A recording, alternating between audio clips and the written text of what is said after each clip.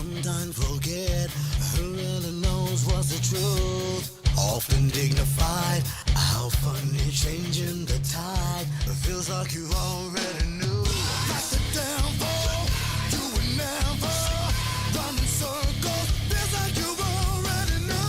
That's the devil, you would never run in circles. Feels like you already knew. Say you, I would never deny you. Even though your hate for me is strong, I'm not virtue. I'm the one who, but you never thought would be nothing and now. I'm not virtue. I'm the one who, but you never thought would be nothing and now.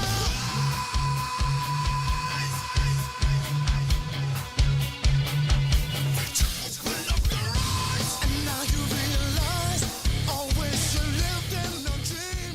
How would it feel if you could? Hey, good evening, everyone. Good to see you all in the live stream, and we'll get started in just a moment. Again, we got a lot of different stuff we want to kind of run through tonight, as far as all kinds of topics to cover. I originally had planned for some other things, but all this stuff with continuing resolutions and Trump and Massie, and so this week we're going to cover these topics. Next week, because technically, even though it would be 2 days after the official 2 weeks to slow the spread, that's when next Tuesday we will be doing a dig into a 5-year anniversary of the COVID stupidity. But before I go on any farther, let's start the recording, and then we can resume with the Freedom Talk.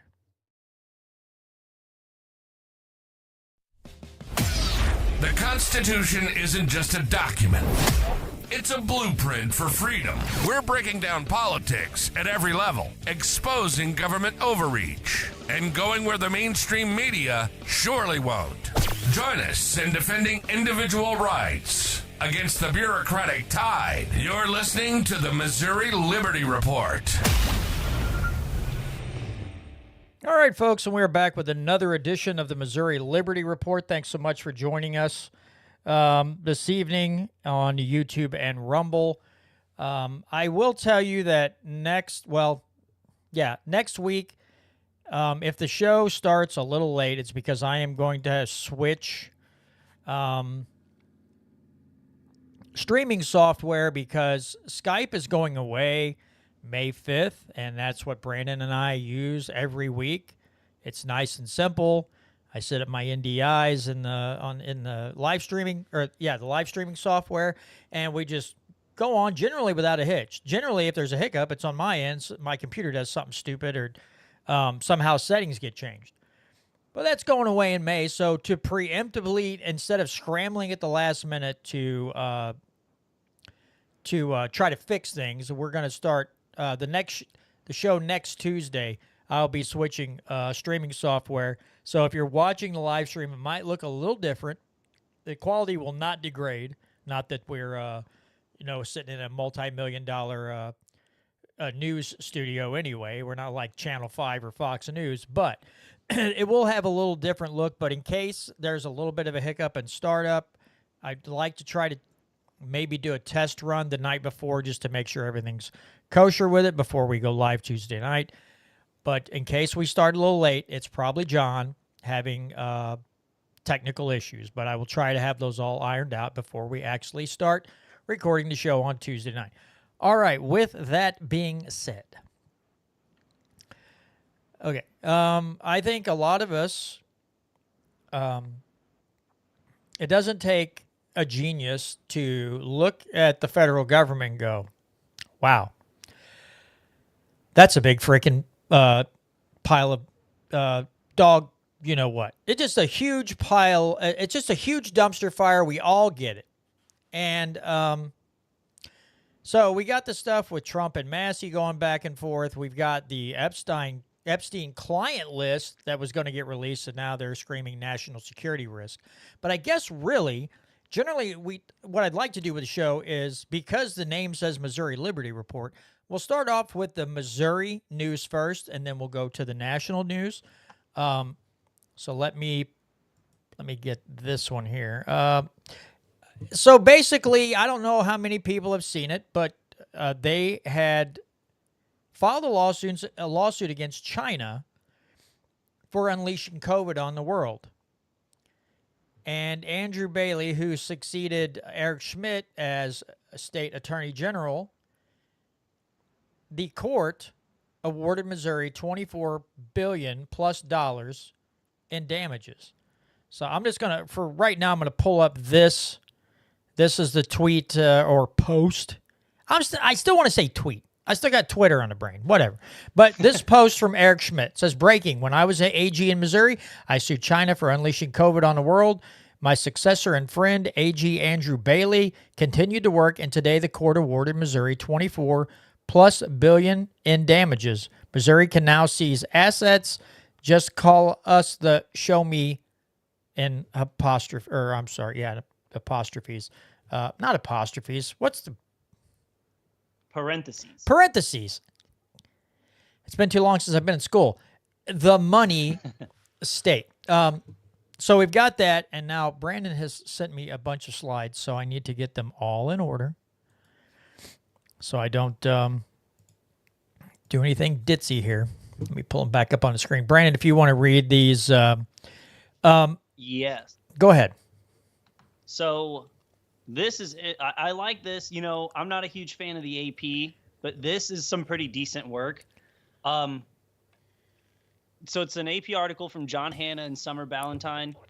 Missouri plans to seize assets to make China pay $24.5 billion judgment, but can it collect? Missouri Attorney General is threatening to seize Chinese assets across the U.S. to collect $24.5 billion awarded in a lawsuit against China stemming from the COVID-19 pandemic.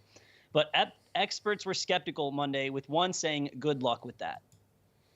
See if I get the next one to China's pull up here. What are we doing here? Why is it going backwards? There we go. Sorry. It didn't want to respond.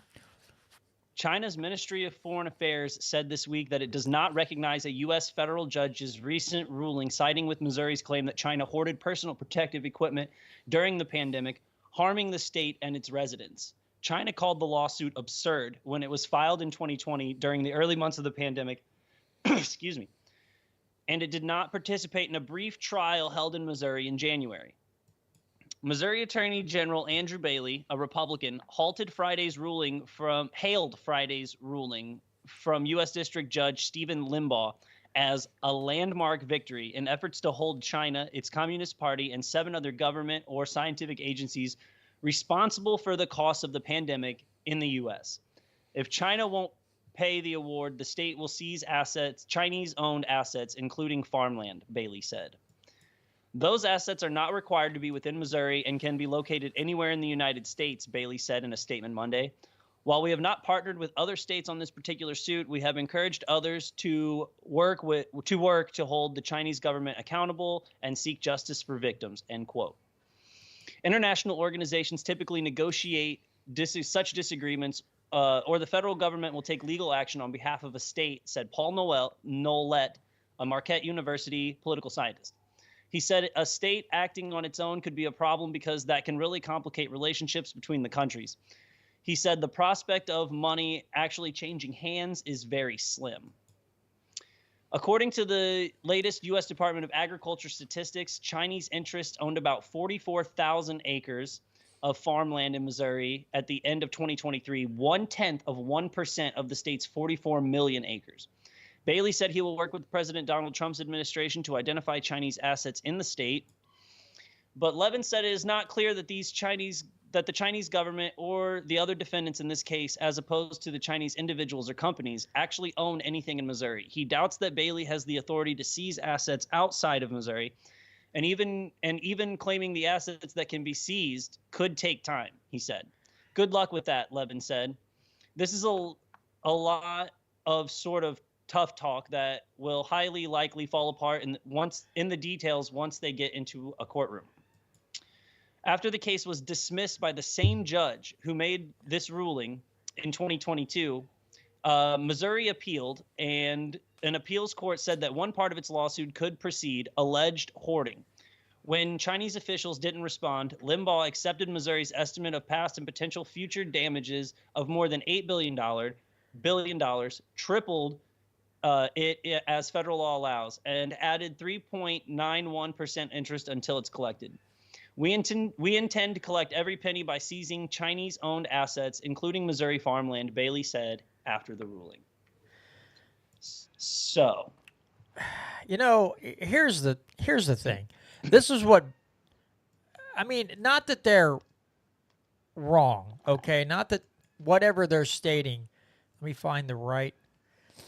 So it's where he says Limbaugh as a they ruled the district judge Stephen Limbaugh as a landmark victory in efforts to hold China, its Communist Party, and 7 other government or scientific.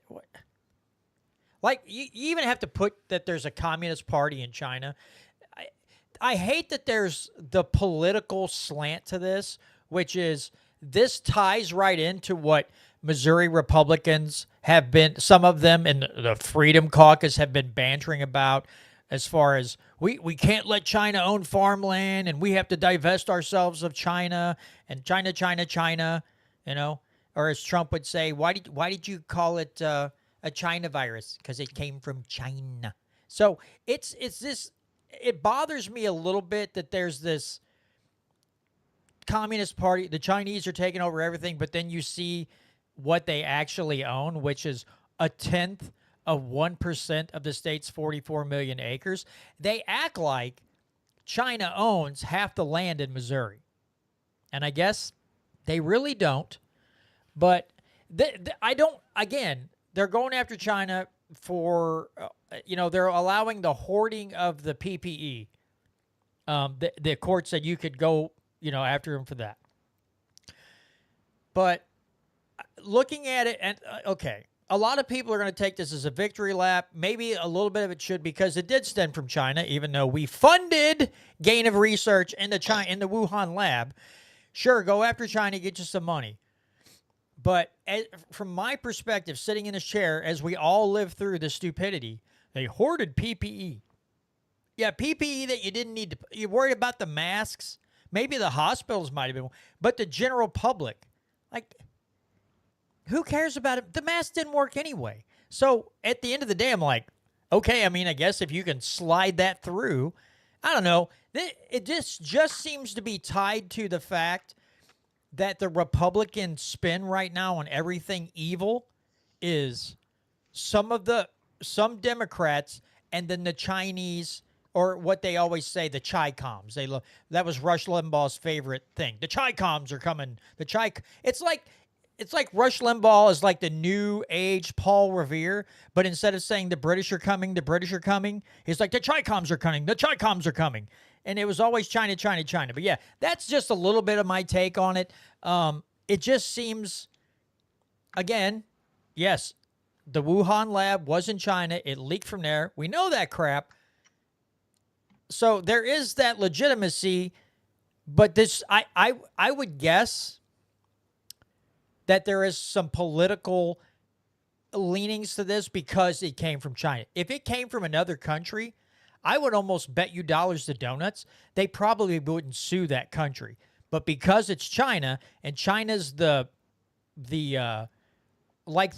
you're a bullfighter, the red thing you hold up to get everybody stirred up and get them charging, this seems like the red flag that the bullfighters hold up and get everybody the nose blowing out of the steam blowing out of their nose and get them charging after the Chinese. It just seems like that a little bit. I have my doubts as if this came from, or as what I have my doubts if it comes to if the virus would have leaked out of, like, say, I'm trying to think of a country here. Let's say it leaked out of the Ukraine. Would we be suing Ukraine? No, we wouldn't. Go ahead, Brandon. Oh, well, like you said, if you know who should be roped into that for sure, then is Eco Health Alliance, Anthony Fauci, the Institute of Virology in, whatever Anthony Fauci was before he left. Oh, the NIH, right? Yeah, sue the NIH for funding the gain of function research. I mean, you can't like they're acting like China is wholly responsible for $24.5 billion of economic damage in Missouri. China didn't tell you couldn't go to work.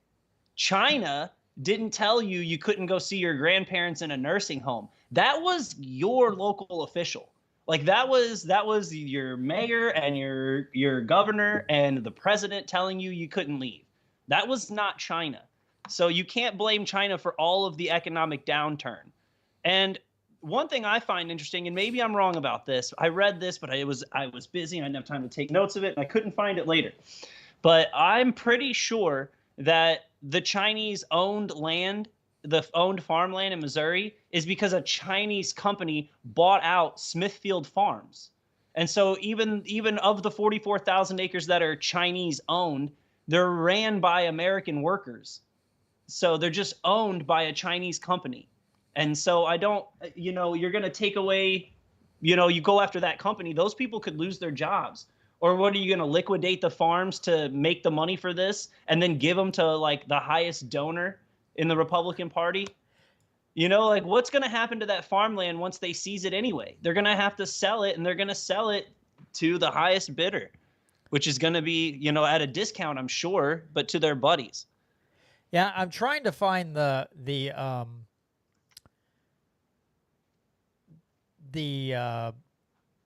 little debate I had with the goofball on Facebook the other day when he was talking about the bill that was going to pass, or they were going to sign into law in Arkansas saying you couldn't do business with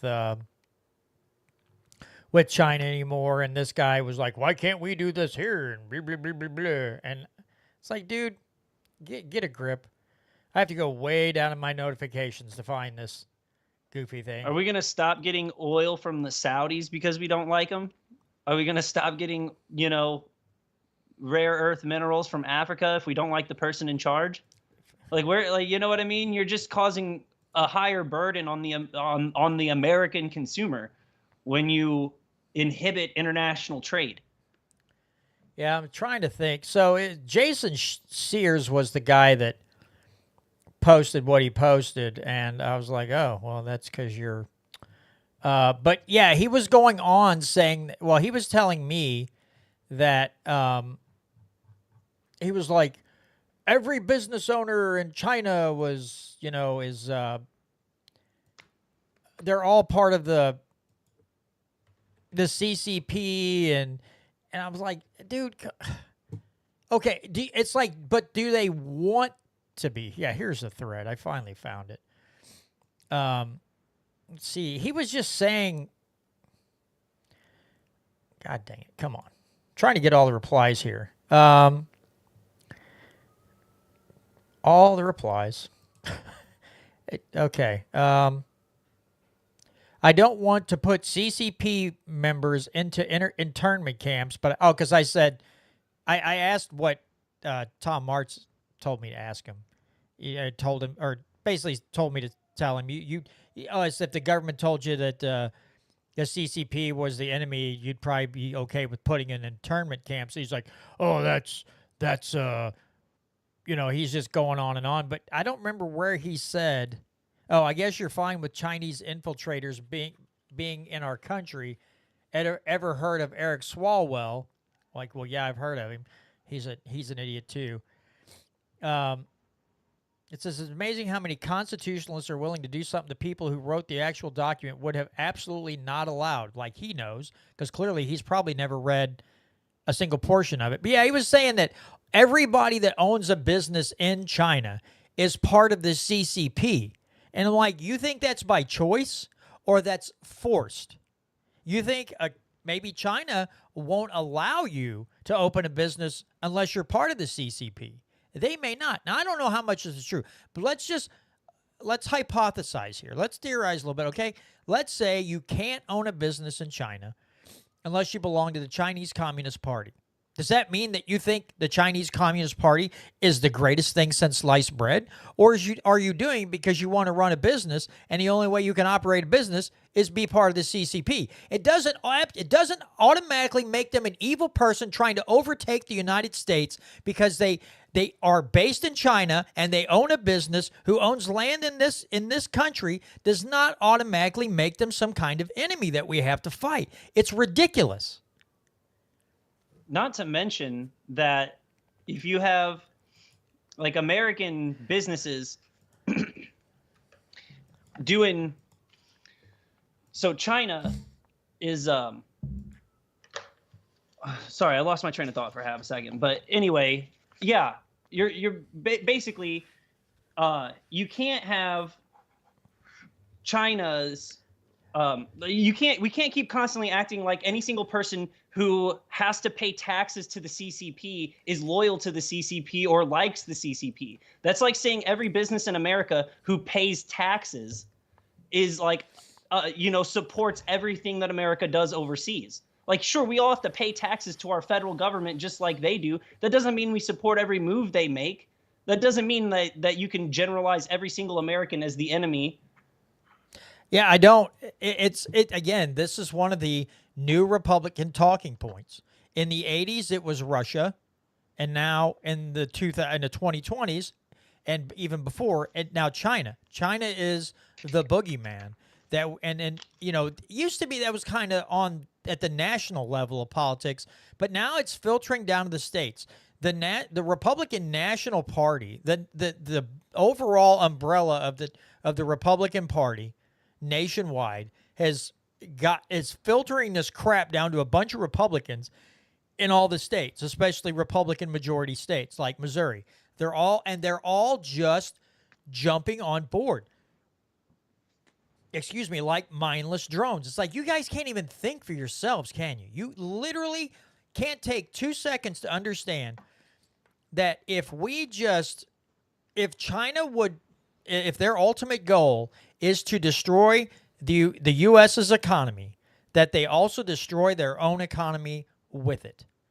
Now, all these people, I guarantee you, all these people who are clamoring to get China out of everything and not be involved with China, anything, don't want any Chinese stuff. I guarantee, are any of these people going through their house and throwing everything Chinese in there away? Of course they're not. Of course they're not. Because generally, if they go to the store and they're looking, let's say there's an electric kettle that you want, and there's 3 of them, and one's $39, and one's $59, and one's $79, you're probably going to take the $39 or the $59, and they're both be made in China. You're like, well, this one's cheaper, and I know it works good, so they take it. They're not looking generally at where it's made. This is just posturing. This is this jock macho BS that these people pull, and it drives me absolutely insane. It's like, you all this is the virtue signaling on the right, I guess is how I'd put it. Oh, yeah. Missouri politics is the worst for this kind of virtue signaling. And what I liked about this article, too, is that it points out how hard it's going to be for Missouri to get this money in the first place. So let's think about this. 5 years ago now, our attorney general filed this lawsuit. He pushed it for 2 years, lost the lawsuit in court because the judge ruled they didn't have standing. They then appealed it, apparently had it on appeals for years, won their appeal, and then after a total of 5 years, finally won this judgment. So how much money do you think we've already wasted with different lawyers and proceedings pursuing this instead of pursuing other things? Just to mention that, like, I did the math on it when I first read this article. So the average farmland in Missouri goes for about $9,000 an acre, sometimes cheaper, sometimes more, depending on where you're at, for farmland. If you took all 40,000 acres that the Chinese own in Missouri, and you multiply that by about $9,000, you're coming up with about $400 million. So you're going to be roughly 24 point. I mean, I don't even do the math, but you're still going to be way, way, way short of the of how much you were looking to get in the first place. Instead of being about $24.5 billion, it'd be about $24 billion. And that's if you recovered all of the farmland owned by China in Missouri. And so it's just like what a lot of Missouri Republicans like to do. They talk about issues that they think people care about, that rile up the base, but they accomplish nothing with this. They just wasted a bunch of money. And like this article says, I wouldn't hold my breath waiting to see Missouri get a big chunk of change from China in the first place. It's just not going to happen. Even if they did, here's another important question here, folks. Let's say that somehow, let's say they got 3 or 4 billion out of that. Where's that money going to go? Is it going to come back to the people? Is it going to go to businesses, to people that lost their business because of the insane response to a COVID virus, and they lost their livelihood was just shredded? Are those people going to see a dime? I bet nobody sees any of that. This is going to go into other things, no matter how much money they get. The people who lost their businesses, I bet they don't see a dime of this. This is going to go into other government programs or to go to grants or whatever. But the people who got screwed the most, which is the businesses, they're probably not going to see any of this. And so if I'm a business and I had a county health department telling me I could only operate at 25%, and I ended up losing my butt and having to close my doors, and then this guy's suing because of, and it supposedly wins $24 billion, I would probably be contacting Andrew Bailey's office and saying, hey, because of the response to COVID, I lost my business. Am I going to get, a couple $100,000 of that? Because I poured my blood, sweat, and tears into this, and it got taken away by just arrogant fools who had the chance to lord over people super hard, and they did it without a thought to liberty and freedom and all that stuff. But yeah, I don't know. I haven't seen anything about where the money would go. I have to look that up. I haven't heard mention of it. The only thing they're doing is they're bragging about the win. But you make a good point about you get $400 million if you get all the land. That's a drop in the bucket. So now you're looking at, $23.6 billion you didn't get. But again, because of the political posturing and the Republican virtue signaling, most people are going to ignore and not ask where's all that money at. They're just going to be like, we beat the Chinese in something, even though the victory or the decision by the judge is like going to be the peak of this whole thing, and getting the money is going to be something else. And like you also said, Brandon, the amount of taxpayer money that went to fight this, let's say you don't even, you almost break even by the time it's all done if you have to go paying the fees to all these other people to fight court battles to try to seize assets, and that just keeps racking up the bill. By the time it's weighed out, you're not even going to have 400 million. You might have 300 million, maybe, depending on how many attorneys and all these other people you got running around all over God's creation trying to seize assets. I just don't see him getting that much dough without just peeing taxpayer money down a rat hole in order to, again, virtue signal that China bad, Republicans good. That seems to be the message. A very dull, mindless, like drone style messaging. China bad, Missouri good. Like, okay, and what's that got us? So we still pay high taxes. We still got a personal property tax. You're over here worried about the Chinese government. You're beating the war against the Chinese economy in my ear all day. But when someone asks you to lower the tax, the tax debt and tax load that you put on people, seemingly a bunch of you go quiet.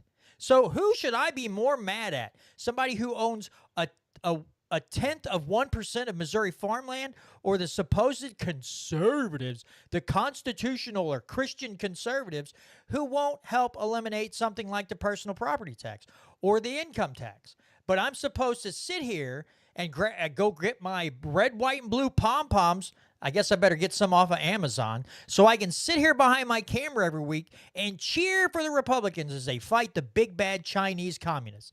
Give me a freaking break. It's so, what a waste of time. Those people, a lot of those people, I think we should put something on the ballot.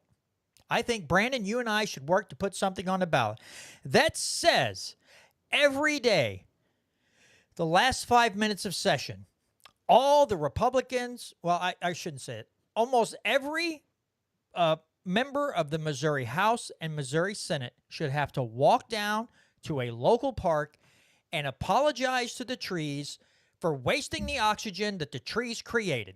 We'll call it the Tree Apology Ballot Initiative. We will videotape it every day. We will record you walking down, begging for forgiveness from the local trees for creating oxygen that you waste with this stupidity.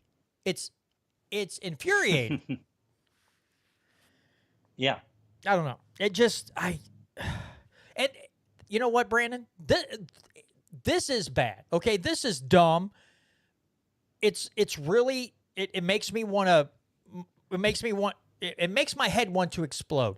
But the worst part of this to me is that there are a lot of people in the state who were, I'm going to say it, look, okay, if you took a video of a lot of Republicans in this state who read that and think that, oh my God, suddenly there's kittens and rainbows everywhere, if you videoed them, they would look like and sound like retarded seals.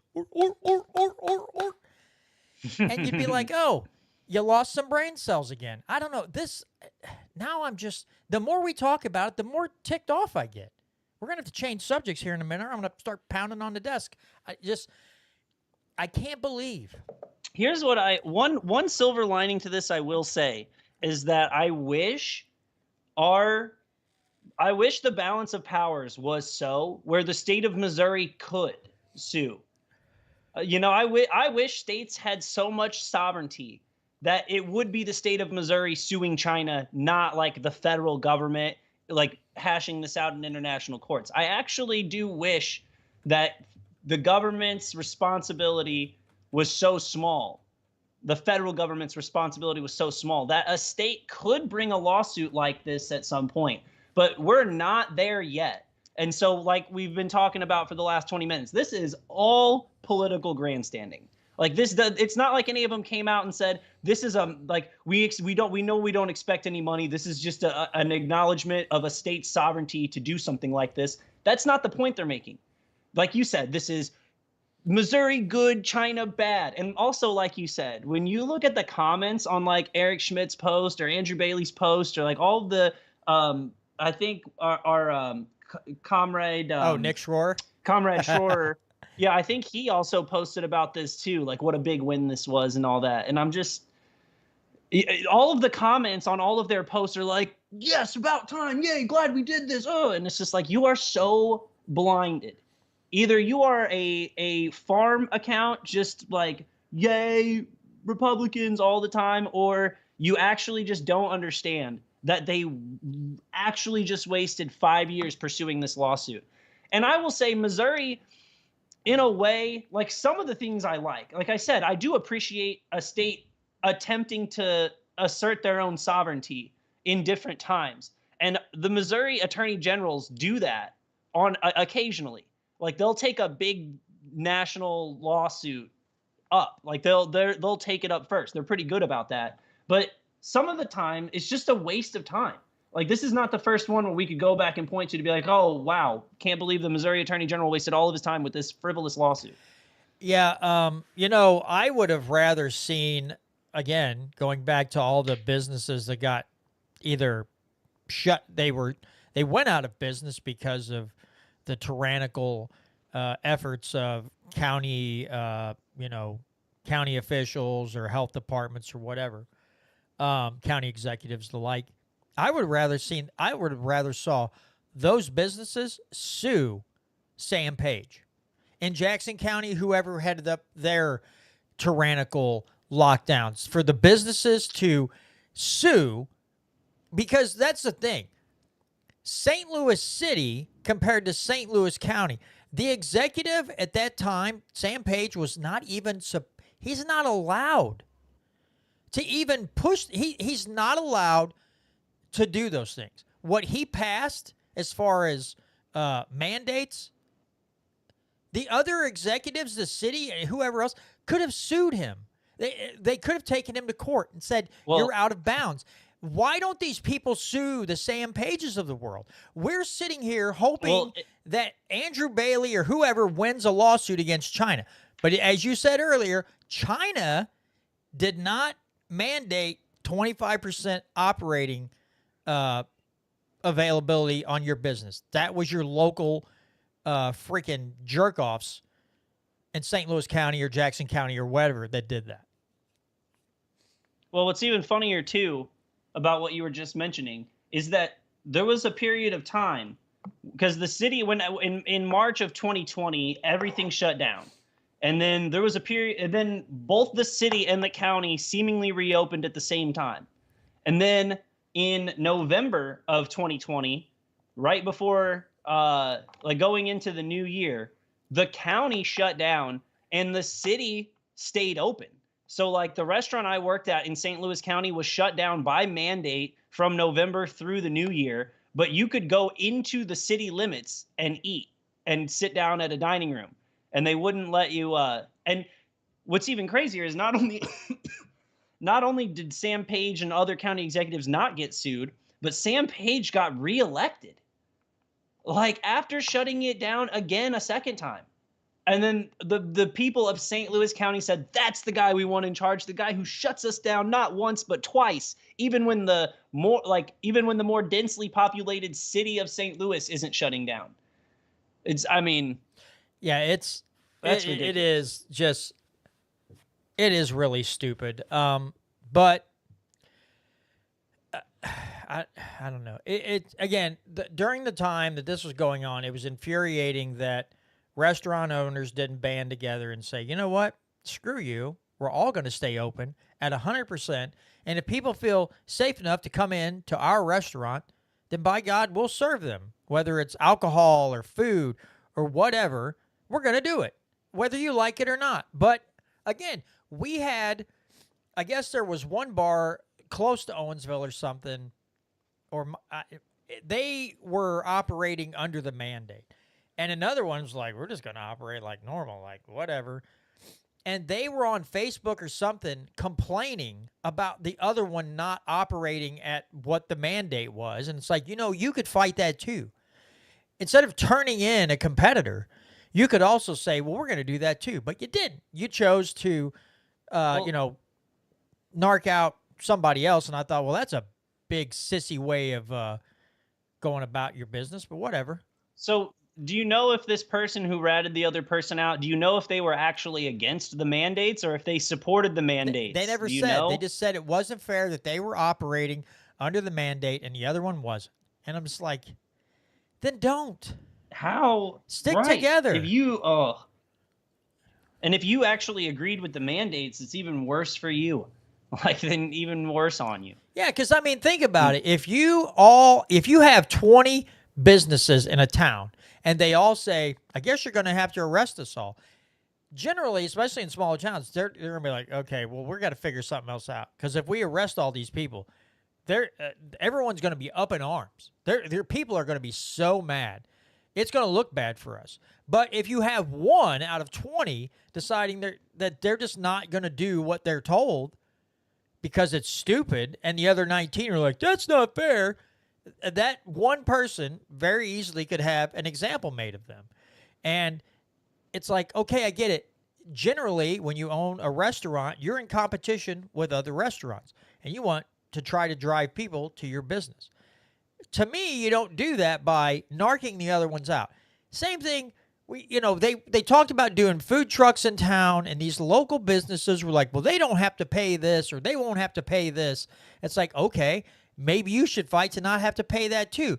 But instead, you're going to complain that maybe they won't have to pay as high of a fee for a business license because it's not 365 days a year. It's just a seasonal thing once a month. So maybe their whatever license fee wouldn't be as high. I don't know. They were all up in arms. Well, they don't support the community like we do, yada, yada, yada. And it's like, okay, so you could fight against the absurd licensure fees and everything and all the hoops that you have to jump through, or you could just go complaining that other people don't have to do it.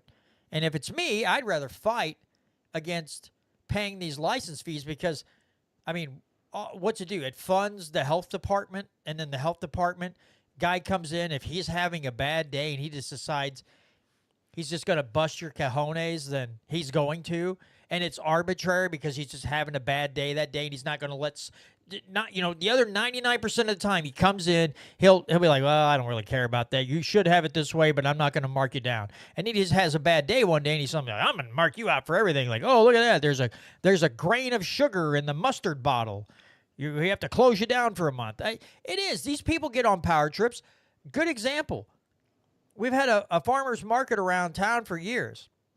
Somebody had, I think, raw honey, right? They were selling something. It was raw honey something, and their label wasn't quite right. The county health department, whoever was assigned to this area, shows up and says, pack up your crap and get out of here. Your labeling's not up to code. So it made them just leave. Now, again, as a consumer in what should be the free market, it should be my choice if I want to take the risk and buy raw milk from this guy, or raw honey from this guy, and I don't care about the labeling. If the jar looks dirty and the lid looks like it's been used 40,000 times and it's got rust on it, and you're like, I don't think I'm going to buy that because that looks shady. But everything looks nice and clean and sanitary, and you like your raw honey, then you just go, I'm going to try this guy's raw honey. And then you like it, and you buy more. But then the health department shows up and like, oh, au contraire, mon frere, your labeling's not quite right, so you have to just pack up all your crap and go home. And I don't know, this whole thing just really, it's like a flame about this high. It really burns my butt, if you know what I'm getting at. But anyway, I digress. All right, let's move on before we spend 2 hours on stupidity at Chinese communists, and we start sounding like Rush Limbaugh. Well, let's talk about Thomas Massie because I'm fired up. Hell yeah. So let's go start with the very last thing I sent you on X. It's a video, and it's February 25th, and it is they basically had that preliminary vote for basically the budget outline for Congress, and Thomas Massie voted no. He ended up being the only person to vote no.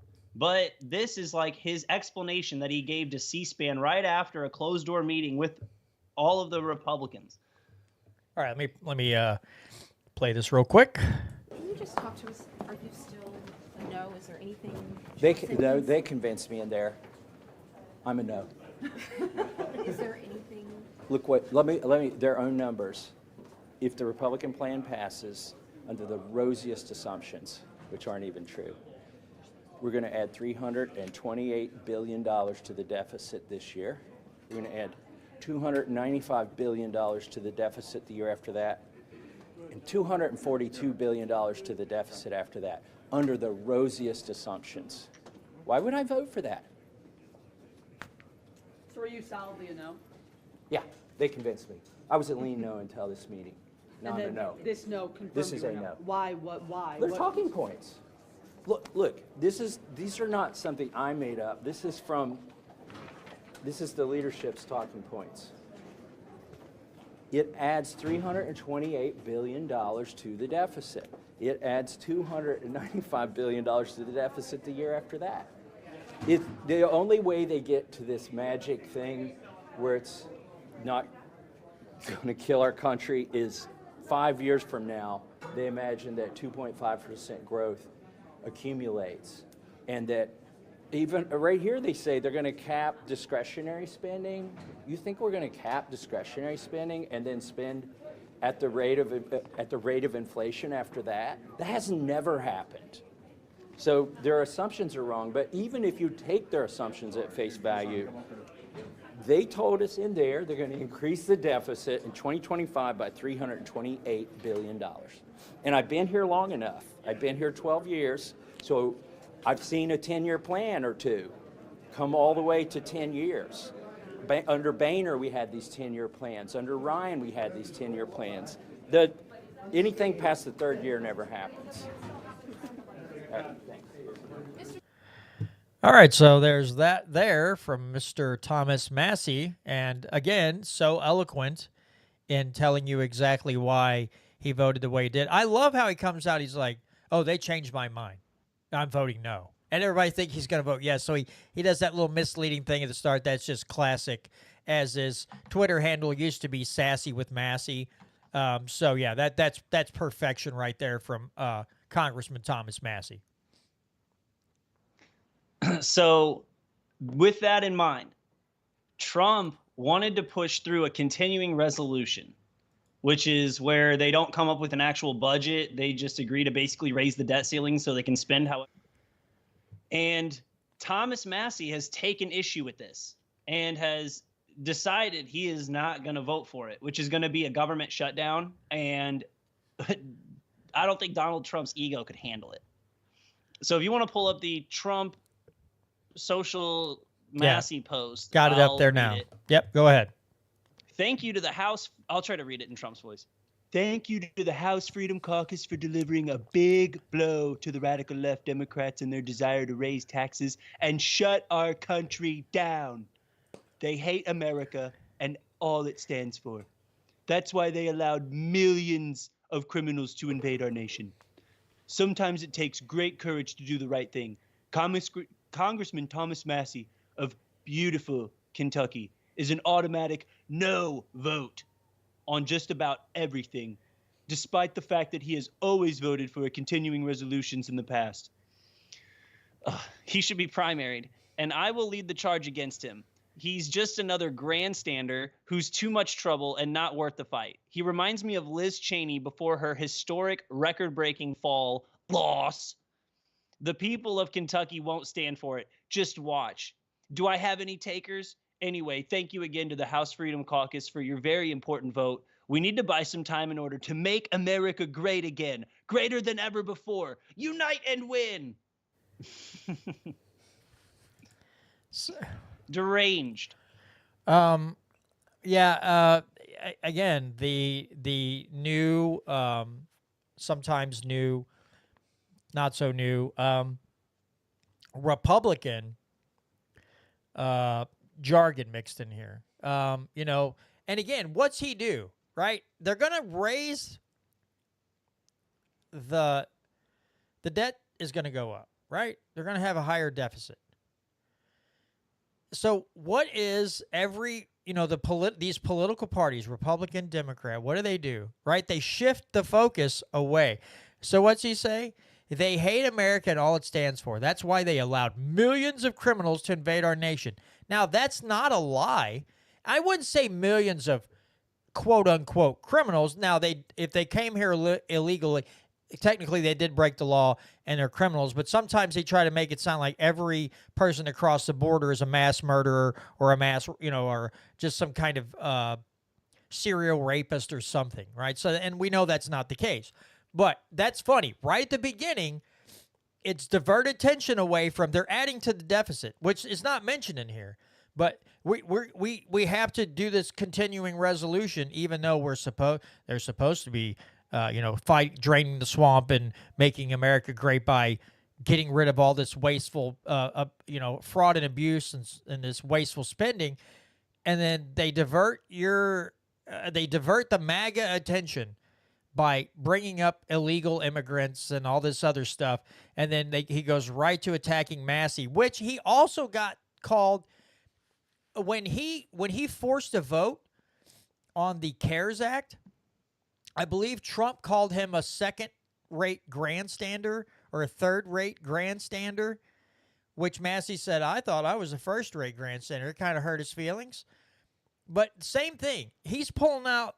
It's like he's just re-releasing the first album when it comes to like posts like this. He's not even making new music. He's just putting out the same first album again. They just remastered it with some new verbiage and like maybe changed the cover, but the lyrics are all the same.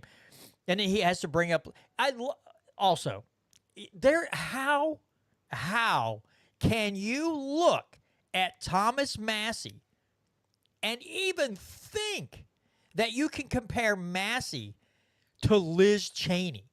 I mean, you want to talk about stretching the truth. Holy smokes. You can't even get close to Liz Cheney and Thomas Massie if you're like, hey, we're going to put all the things that you're both for on the same piece of paper. The paper would be blank. Liz Cheney is a neocon. She loves war. She loves spending. She loves all that stuff. Massie is quite the opposite. But just to compare Massie to Liz Cheney is just like, wow, you're really reaching. But it's the blind leading the blind. So I don't know if he posted this last night or this morning or if I just heard about it this morning, but it was my whole feed when I woke up. It was every single post for like 30 posts in a row was just about how, like, in support actually of Thomas Massie. Because, you know, Donald Trump, usually when he's got a following, his Republicans tend to just follow his lead. Like he is the face of the Republican Party right now. So normally, whenever someone comes out, like when Donald Trump has a tweet like this, you know, it's immediately like attack that person, you know. Not the case. I mean, you had people like Matt Walsh, who works for the Daily Wire, come out and say Thomas Massie is one of the greatest members of Congress. You had, you know, all of the classic Republicans, Dave Smith, Clint Russell, even Candace Owens, like a bunch of just everyone, massive, came out in support of Thomas Massie, which was great to see. Because, you know, as much as this is just from the libertarian perspective, right? The libertarians, especially at the top, Angela McArdle, Michael Heiss, who ran the Mises, I don't know if he still does or used to run the Mises caucus for a while, but they all were like talking about how we need to get behind Trump to build this coalition. Like it's about building coalition and getting concessions. How is a libertarian supposed to build a coalition where like the MAGA part of the Republican Party, so there's like the MAGA and then there's like the neocon establishment. So the MAGA is actually what I would consider to be the more favorable side of the Republican Party. If that side of the aisle will primary the greatest congressman we have or anyone who is against reckless spending, then how are you supposed to build a coalition with those people? Like, how are you supposed to network with MAGA Republicans if they all believe this? Like, if they're all falling for Donald Trump's posts like this, like, how am I as a libertarian who wants to shrink the government and, you know, obviously cut spending? You can't build a coalition like that, not with people who are going to attack you just for standing on principle about voting for a continuing resolution. Yeah, it seems as if your principles aren't wasting money trying to fight new groups of people to blow up or proxy war to fund or whatever, then your principles are horrible to a lot of these people. Now, it is great to see people who would normally blindly follow Trump down whatever road he's going down to say, hey, you know, you sit here attacking Massie for saying no. I mean, they're like, come on, dude. You're now, even as much Trump butthole sucking as goes on with these folks, at least some of them have a little bit of principle to call Trump out and say, not Massie. No, we're not doing it. Now, if they would take that little bit of spine they grew for Thomas Massie and like Matt Walsh and some of the Daily Wire folks and would apply that spine to their thoughts on Israel and Palestine, I would be much happier. But I'll take this little win that they'll at least stand up for Thomas Massie. Now, I saw a lot of libertarian posts, you know, supporting Massie. Let's see. Catherine says, 13 years ago, I was in favor of building coalitions. I'm sorry, it just can't happen with the GOP. I mean, she's not wrong. Whether it's the GOP in the state or the GOP in Washington, D.C., you just cannot build a coalition with these people unless, again, you want to fund, you want to keep kicking the can down the road, increase spending, increase the deficit, fight proxy wars, start a new war, pick fights.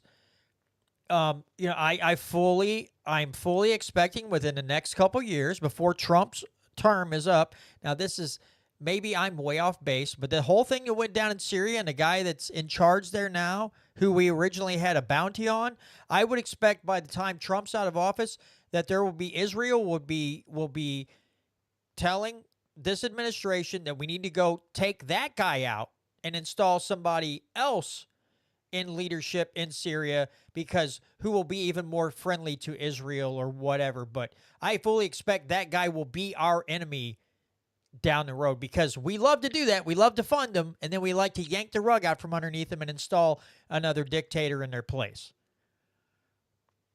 Well, Syria was actually trending over the weekend because that new regime is slaughtering a bunch of Alawites and Christians, which is exactly what all of us said. Even J.D. Vance, when Syria was overthrown, tweeted about how this could be a dark day for Christians. So I remember back there, shout out to J.D. Vance for that. But he was one of few and far between Republicans calling out, they basically kind of turning a blind eye to the fact that the CIA and American interests were still in Syria while this was happening. If you think Israel and Turkey came to an agreement to fund an ex-Bin Ladenite terrorist to take over Syria, that the United States had nothing to do with it, I have a vaccine to sell you. I mean, that's about the dumbest take you can have. Yeah. I'm serious. But before we get off topic, I just want to throw it back really quick. I sent you one of the tweets that Thomas Massie put out today, if you want to pull it up. It says, "Thank you to all my friends on X for the support and the meme." And it's a picture of what looks like a guy in Secret Service going up to whisper to Trump, and the caption says, "Sir, they all love Thomas Massie." Like basically letting them know, hey, you may have screwed up on this one. And then another one that I wanted to put up is someone tweeted at Massie after that, or on a different tweet, and asked him like, "Oh, so what's your plan? What would you do if you were in charge or whatever?" And he put, "Do the 12 separate bills so shutdown is off the table and spending can be adjusted down. Cut 5% or even 1% across the board. Quit funding the programs that Doge exposed." So yeah, it's exactly the same. It's exactly the same thing we talked about in December, because remember at Christmas they did the same exact thing. They waited till Christmas, then they put that CR that extended the government until February, and Thomas Massie predicted in September what they were going to do in December, and then after they passed that one in December, knew they were going to do it again in February. It's the same cycle. Like if you're waiting on Republicans to become constitutional and stop the deficit spending, I wouldn't hold my breath on that one. Yeah, either. you're gonna pass out, and they're gonna have you. If you're gonna hold your breath, waiting for these people to do the right thing, you might want to have an EMT on standby, because you're gonna need oxygen at some point.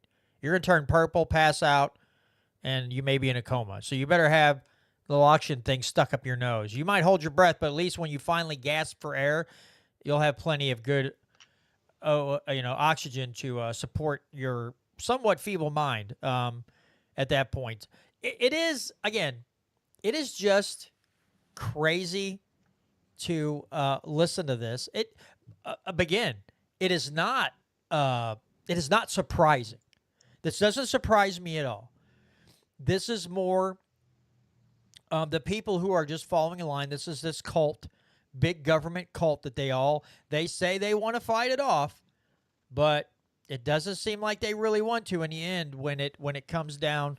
And when you get into the thick of things, these people have no interest in harming their own self-interest. They don't want to cut off their means of coming in with not much money and leaving being a multimillionaire. These people don't want that. Massie being one of the very few who didn't go there to become a multimillionaire. Massie didn't need to do that because Massie is an MIT graduate and he is smarter. I guarantee you that guy's IQ and intelligence is probably higher than just about every other person in that building. Guarantee it. I mean, if you go back and listen to his interview with Tucker Carlson when he's talking about how he's completely off the grid, where he lives in Kentucky and how he did it, bought a Tesla or a battery out of a wrecked Tesla, bring it home, put it into sequence, write the software that runs the inverter and powers his home and does all these things, builds his own solar panels, does all this stuff. And for anybody out there that thinks that Massey's a little cuckoo, like, go listen to his story.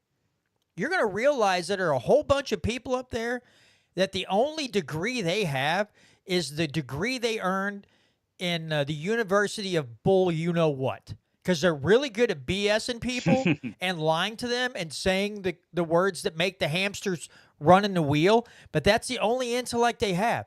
Their intellect is solely focused, monomaniacally focused on keeping that power and the checks and the money flowing into their campaign funds, and God knows what they do with it at the end of the day.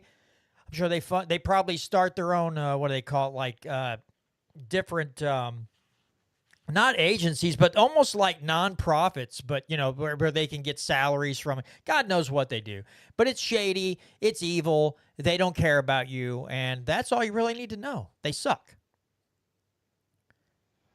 One thing I love about this story is how Thomas Massie absolutely, like, he faced a ton of criticism and a bunch of funding from AIPAC in 2020 and he dominated his primary opponent. Dominated. I'm going to look up the stats really quick on that because also in 2022 was the same way. No, it's 2024 they tried it again.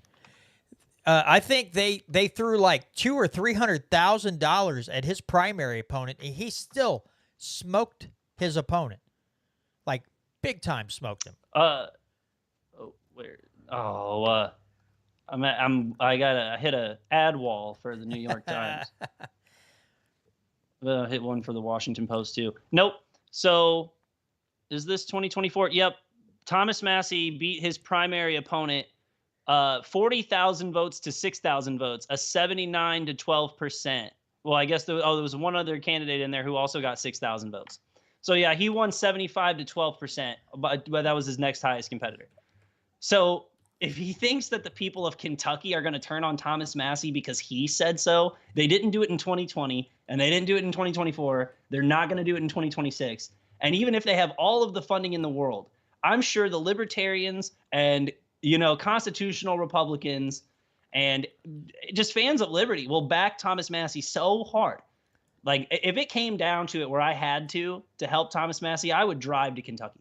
If I had to, like, if it was like Brandon, we know for sure that if you go knock doors, he'll win. If you don't, he'll lose.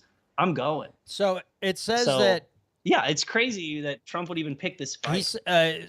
AIPAC had, at this time of this article, which was May 28th of 2024, AIPAC had bought $300,000 worth of ads against Massie. That's just the ads that they ran against him, which, if you got a PAC spending $300,000, especially an Israeli PAC, spending $300,000 against you, and you still smoke your competition, Trump, good luck, buddy, kicking him out. You don't have a shot. I don't care how much money. No. I think the more money that you can show gets spent to fight Massie, the better he'd probably do. Because people are really going to get riled up when they're like, wait, you got one good guy up here who's solid, dependable. We don't worry that he's going to go off. He's going to go rogue and do weird crap in the middle of the night. You spent $1 million? Okay. Instead of 79%, next time he's going to win by 85 or 89%. You're just going to anger his base even more. Well, he's probably going to end up winning McConnell's seat in 26. Oh, man. So you're right. He'll have upgraded him He won't have his House seat in 2026. He'll have the Senate seat in 2026. I mean, it would suck to lose him in the House, but it's good to have him in the Senate. As long as he's there, as long as there's one person willing to stand on their principles, no matter how many people don't like it, and being on the right side of the issues. When you lose that one voice, because, again, doing anything by yourself in government should be impossible.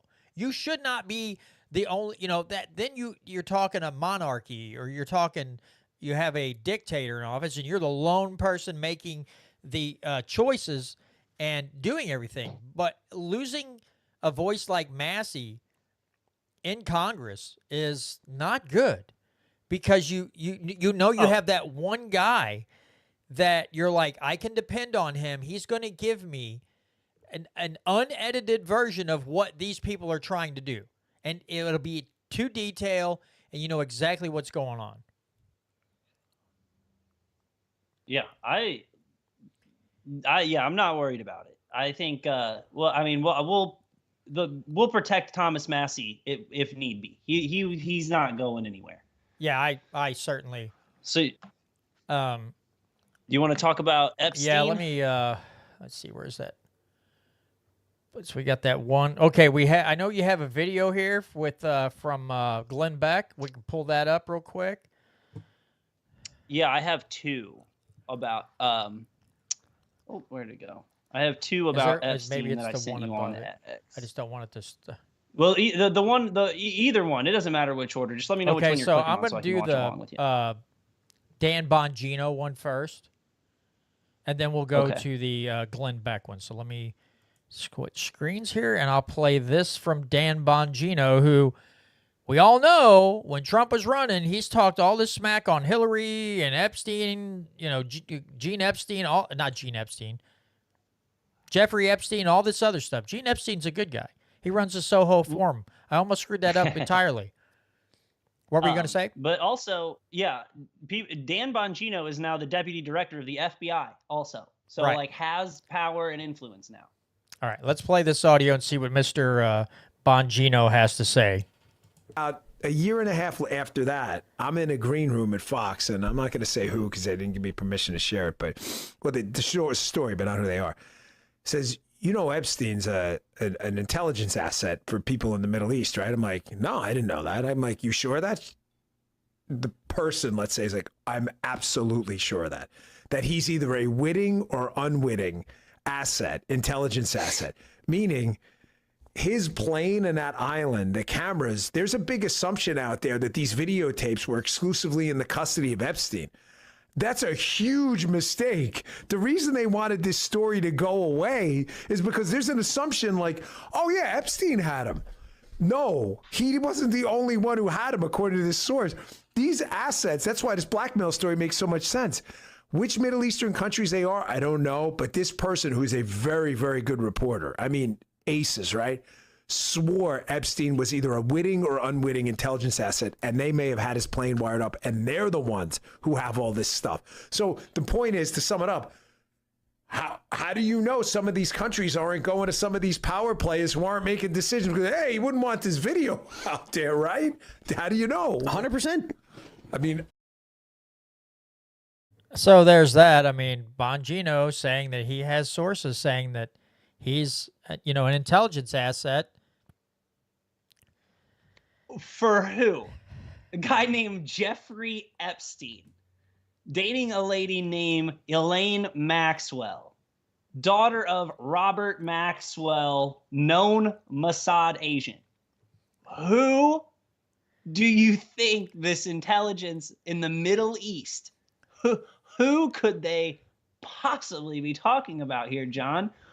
Who I ask you? Who could it be? Let's pull up this video with Glenn Beck and let's see if it's going to... Oh, it's not. Yep, it's going to automatically play just like it always does because it wants to be a pain in my neck. The audio levels here, and now we'll play the video. Oh, wait, let me see if I can get it full screen here so it's better viewable.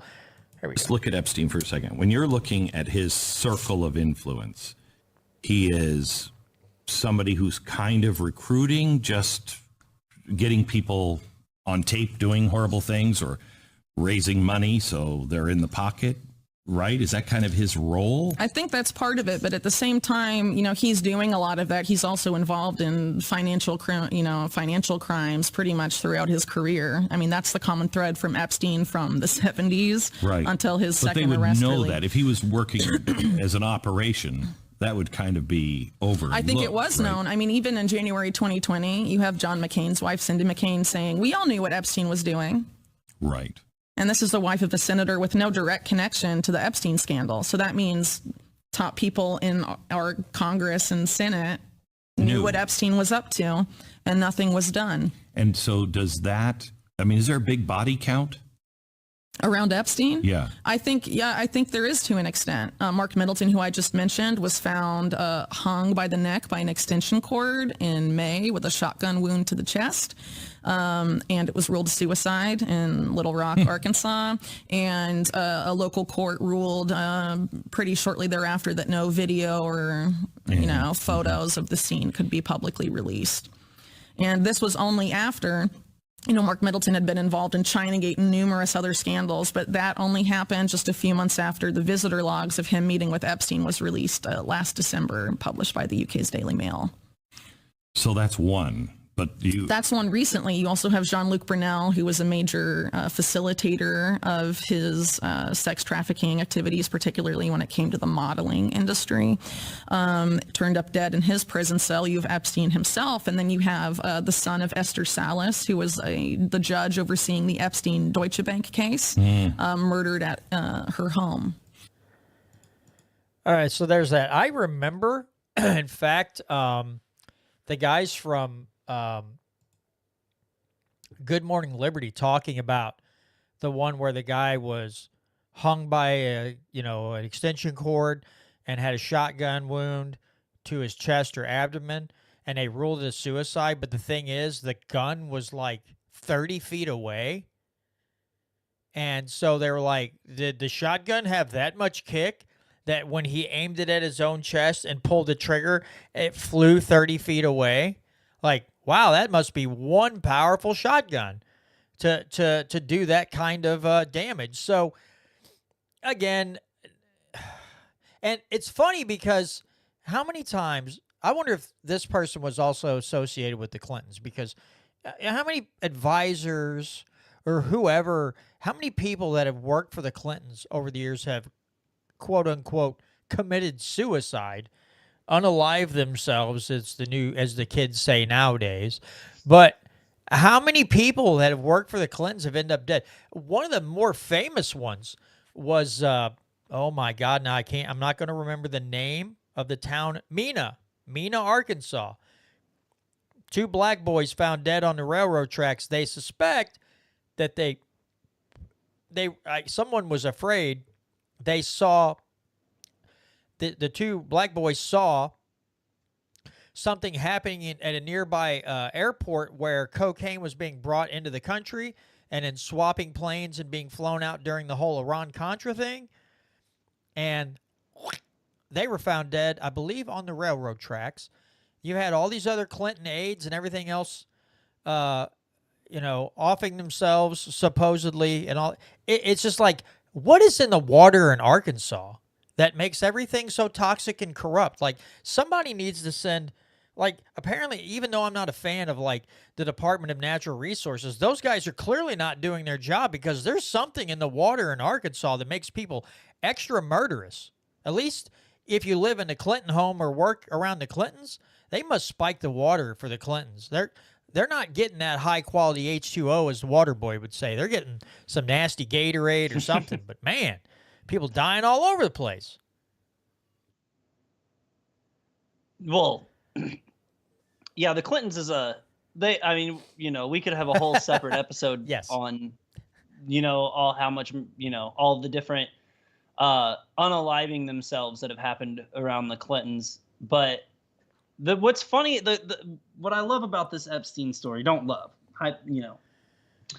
being facetious, but what I love about this Epstein story is how they told us when Pam Bondi and Kash Patel got in there, we were going to get the JFK files. We were going to get the Epstein files. We were going to get all the files. And they had the, in classic fashion, were like, build it up, like, it's coming next week, it's on the desk, you know, we're waiting for the New York office, this, and the other.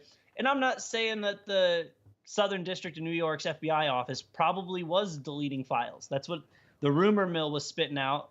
And I think so, the leader of the FBI office in New York ended up leaving, ended up walking off the job. But you had people like everyone got super excited, and then they released them to a bunch of influencers who just happened to be leaving the White House. So in the files I sent you on Google, if you want to pull up the influencers getting Epstein list picture. Okay, yeah, let me pull that up real quick. Front and center, holding the binder up. The guy in the front of the picture kind of holding that binder way up proud. That's that DC Drano guy that we talked about a couple weeks ago, who went at him and Cat Turd went after Thomas Massie for and it turned out that DC Drano actually took like tens of thousands of dollars from different entities for his posts and engagement. So they all of these people were all given the files. And here's something interesting about all of these conservative influencers in this picture, besides Jack Posobiec. I don't know if it's this picture, if there's a different one that he's in, because I know Scott Pressler's also there and he's in one of these pictures, but he's not. Maybe he's cropped off to the side there. Because I know Jack Posobiec, has at least mentioned whenever the Israelis have killed innocent people in Gaza. Like, Jack Posobiec will mention it. He won't condemn it, but he will acknowledge that it happens. The rest of the people who have these files are very pro-Israel. Like, they're the, you know, God's chosen people type. You know, they have to bomb them because the Bible says so type people. And so, of course, they all get this copy first. And as we found out a few hours after this, nothing. In fact, what was in these binders that was supposed to be they're releasing these files in waves. So this is in phases, and this is phase 1 release. Well, it turns out this was all of the information that was already publicly available, and it was redacted. And so big nothing burger. Big old fat juicy nothing burger on a sesame seed bun. And even the influencers who got these files, they acknowledged it, but they're like, please be patient. We need patience. So then we get to the kicker of it all, right? So, yeah. So everyone starts turning on Pam Bondi, who is the Attorney General under Donald Trump. And she, like, I mean, people, even conservatives, even like hardliner MAGA Trump conservatives are blasting or saying, like, we need these files. We need all of the files, and we need them unredacted. We have pedophiles in Congress, or whatever. We need to do something about it. And then she tweets, if you want to pull up the tweet from Austin Peterson. Okay, yep, got it right there. AG Pam Bondi has already said recently that some of the files will be redacted due to national security concerns. But since then, crickets.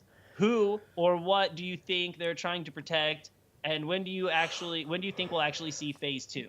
So why would an American citizen pedophile doing a ring with underage girls, American underage girls in America, what would that possibly have to do with national security concerns if the FBI and CIA were not involved? I mean, I'm not even trying to be like, I mean, like a serious question here.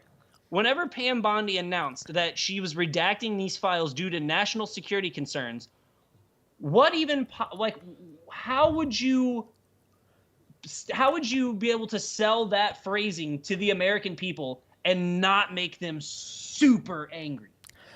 I don't know. I just don't think enough people are paying attention. I think. Well, they kind of are in this regard. Like I said, she has gotten backlash from some wings of the Republican Party that I didn't think were capable of even, you know, talking bad about Trump's policies or his administration. And even some hardliners are coming out and saying that we need these files and we need them now. So yeah, I mean, I hope you're right. Not enough people are paying attention. Like, not enough people are fired up and angry.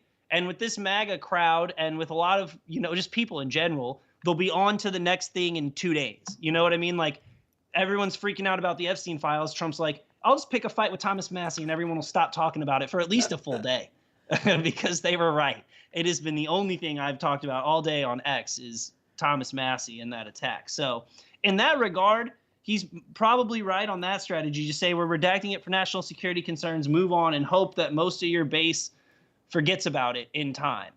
But I'm not going to forget about it. No.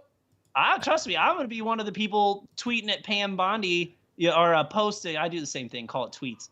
I'll be tweeting at Pam Bondi until the files are released, until like the true files are released, where like, I'm not trying to be, like if I don't think it's enough, it's not enough. But until I feel like some level of answers have been answered here, I don't think I'm going to be, I'm not putting this to bed. I'm nowhere close to putting this to bed. Yeah, I just hope enough people stay on it, because I honestly, just the pessimist in me, when we're going to release the Epstein files, I was like, you're not. No, you're not. If there was anything, if there was even a change, it would have already happened. It would have already happened. If there was this groundswell of people like, this is some of the most evil stuff that we've ever seen and ever witnessed. And again, as you heard on the videos, these people knew he was doing this and did nothing. So if they knew it was going on, if a lot of them had an idea he was an intelligence asset or whatever, that blackmailing people, whatever, and they chose to do nothing then, they're not going to do anything later. Now, there's nothing wrong with pushing for the information. Absolutely not. You should demand this of your government. Will they be receptive? Doesn't look that way. But if and I'm not saying it's not evil, because clearly it's disgusting. Vile, disgusting behavior. But if they've known it's been going on and they've chosen to keep their mouths shut, probably because of threats or whatever else, I don't see most of these people, just like General, growing a spine. Oh, sure, they'll get out and they'll talk about it.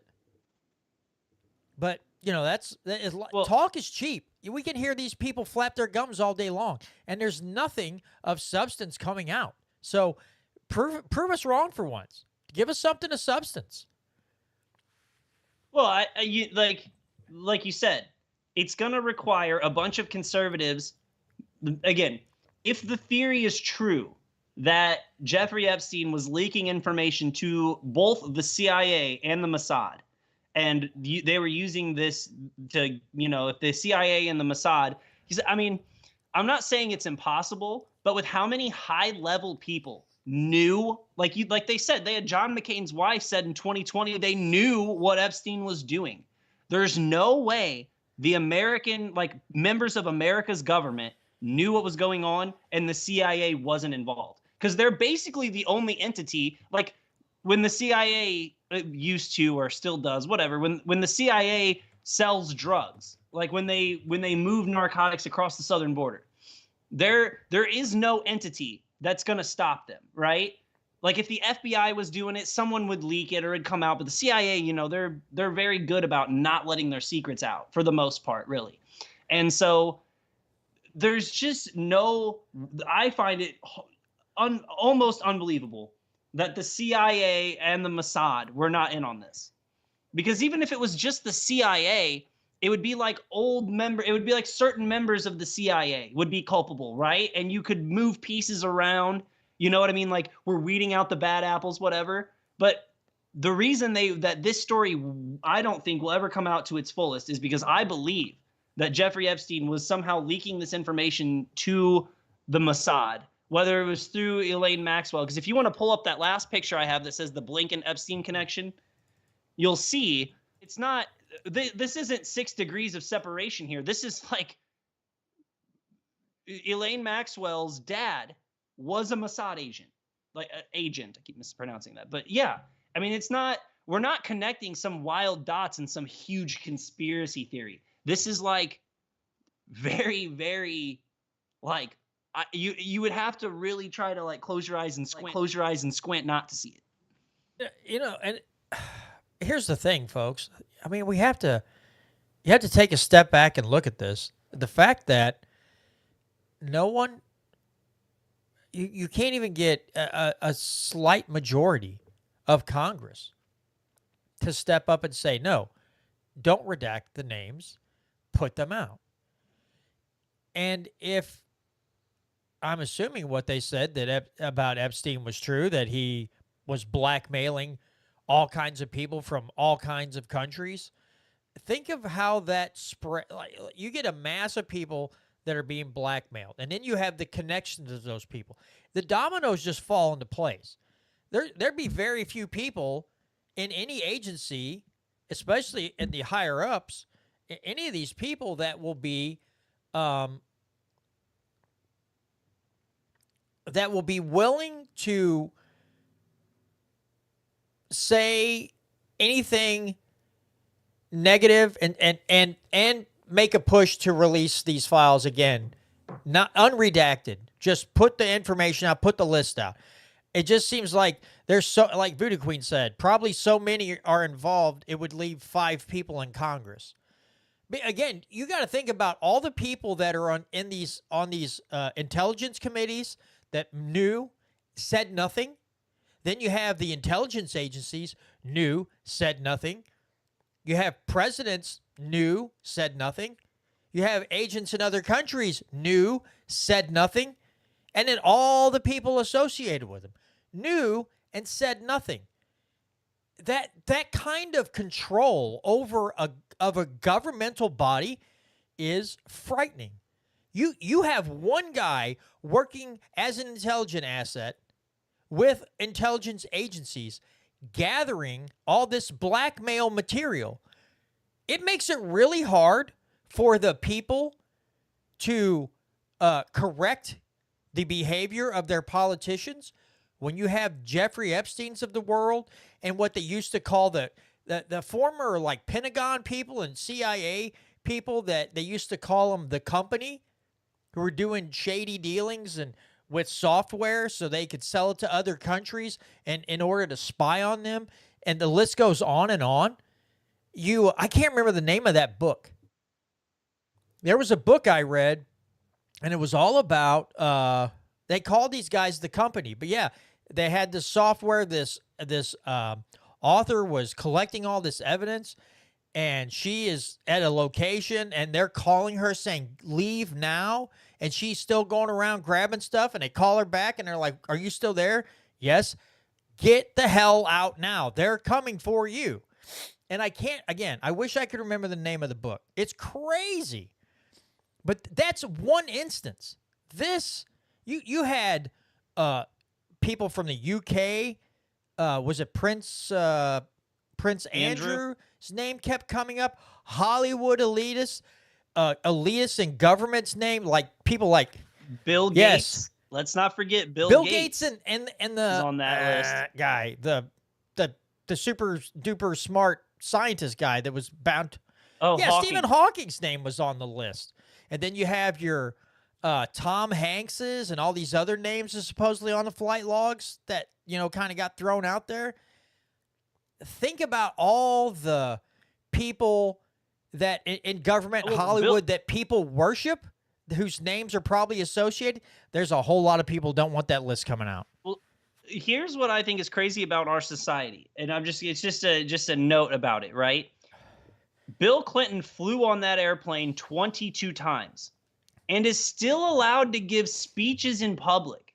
Like, when he walks down the street, there's not hordes of both Democrats and Republicans to just be like, you were part of a ring to sleep with underage girls. We know it. Like, even if we can't literally prove it, like, even if we don't have the videotape of you doing it, we have you going there 22 times. We have that. I don't know if it was a video or just a picture of that girl giving Bill Clinton a back rub, that underage girl. I mean, I'm pretty sure it was related to the Epstein thing. I'm just saying, like, even if we can't prove it in a court of law to the point where, or like the fact that the DOJ won't prove it in a court of law to the point where we can, like, get Bill Clinton on sleeping with underage girls, it should be like he should be getting booed out of eternity from both sides of the political aisle. And the fact that that's not happening and hasn't happened already, because we've known about that part of it for years. And the fact that he's still allowed to go around and give speeches like it wasn't a huge deal. Now, I'm not saying that you're innocent, but if you are only on the flight log once, there is a chance, like, you could make the argument that you were there for a meeting or you didn't know what was going on and they tried to get you in on this thing. Like, you can make, you know, like, being on the flight list one time is not definitive of, you know, necessarily. But being on that airplane 22 times, there's nothing like that. You are guilty in my eyes. I think also some of this, I mean, honestly, I believe this wholeheartedly. I think there are just a lot of people out there that can't bring themselves to admit that they followed Bill Clinton and praised him at every turn like a cult member. They can't bring themselves to just admit that the guy that they thought could just do no evil is a monster, because then they have to admit that they chose to ignore the clear signs out there and that they were wrong. So many freaking times people fall into this cult mindset of following politicians or Hollywood actors or actresses or whatever, and when they do something really bad, instead of these people going, that was awful, they just go silent. And it's like, yeah, you were wrong. It's fine to be wrong. We're all human. We can make mistakes. Be the bigger person. Admit it. Call it out. And maybe some of your friends will do the same thing, and then you get a much louder voice. But so many people shut down because they can't dare admit they were wrong about their favorite cult leader. And that's just horrifying to me, that you're stuck there and you can't admit how evil someone is because you might have tried to raise campaign money for them or you door knock for them. It doesn't mean you got on the plane too. It's fine. Call the guy out. Call him evil. Call him a horrible human being if you have the proof. And it's just, as Austin Peterson said in his post, crickets. Crickets. Yeah. Well, like you said, I actually before I could even vote, I knocked on doors for Claire McCaskill. And then I also, in 2020, knocked on doors for Governor Parson. And, like, I can wholly admit that the Claire McCaskill was a huge mistake. Like, I really was just a young 16-year-old who believed everything my English teacher at the time told me, and just was like, you know, you don't like the human race if you don't vote Democrat. And then, you know, I found my way, kind of, and then, you know, was conservative, knocked on doors for Parson. And then now looking back, that, you know, he didn't do anything to stop these counties from shutting down your business. You know, I'm not, you know, I think government should be small. I'm not for big government. But if you have the authority to stop something like that, or at least to try, like, take it to court. Like when Sam Page shuts down St. Louis County for a second time in November. And I get the philosophy behind, like, well, let St. Louis County do what they want to do and let St. Louis do, like, city would, you know, St. Charles and St. Louis County, let them do what they want to do differently. But when you're talking about an individual's freedom to run a business, to go to school, to see their grandparents, you need to, if you have that authority, fight for the individual. You know, you can't, I lost respect for him whenever he allowed, like, you know, in retrospect, I'm like, why would you allow the Democrats to even do what they did in the first place? Like, even if you take it to court and you lose somehow or whatever, then at least you put up the fight for you put up the fight for the people living in those counties who just want to run a business and live their normal life. And so, yeah, you have to be willing to admit that when you supported somebody, it was a mistake. And you're totally right. Not nearly enough people do that nowadays. And to me, it's just funny, though, because the Democrats, like, they won't, like, if this is true, they won't admit that, like, Bill Clinton did these things because it makes them look bad. But they'll turn on someone like Tulsi Gabbard just for saying, hey, I don't necessarily think that overthrowing the sitting president of Syria is a good idea. That makes you an Assad toady, and they'll flip on you in a heartbeat for that. Have 20, like, fly to Jeffrey Epstein's pedophile island 22 times. I didn't see anything. Like, it's funny what they'll turn on. Like, they'll turn on you for something so minuscule. Like, I don't support overthrowing that president in that country, but they'll stick with you through something horrible. And you bring up something else when you're talking about Parson. It's also funny in this state alone how back and forth Republicans and Democrats can be when they talk about autonomy of localities, like let's say St. Louis County, Jackson County, whatever. Well, they should be able to make up their own rules, right? But I guarantee you, if Parson would have stood up, stepped in, and said the Constitution says you cannot, there's nothing in the Constitution allowing health departments or county officials to close businesses or tell them that they can operate at a certain capacity, and so you're not going to do it. That would have been a constitutional way of governing. The Democrats and everybody, the Democrats or whoever would have been like, we deserve autonomy. But then other times they don't want autonomy. Other times they want the state running it. It just depends on the circumstances. But Parson has had the authority to say, you're not going to do this because that's unconstitutional. You don't have the right to restrict a restaurant's ability to operate at 100%. You do not have the right to do that. And nowhere, there's no emergency clause in the Constitution of the federal government or the state of Missouri that says all of this gets put on hold if there's a pandemic. It's listed nowhere in the state constitution. So Parson had the ability. He chose to not go 100% like some governors do, but he just played the political winds and tried to be like, look at me, I'm hands off. Well, if people's liberties are at stake and you're going to operate within the confines of the Constitution, he had the responsibility of stepping up and calling it out. And he just chose to say, I'm letting the local areas, do the mandates, and I'm not going to do a one size fits all thing. Again, okay, but not okay. I'm glad that he didn't say we're locking the whole state down and nobody's doing nothing.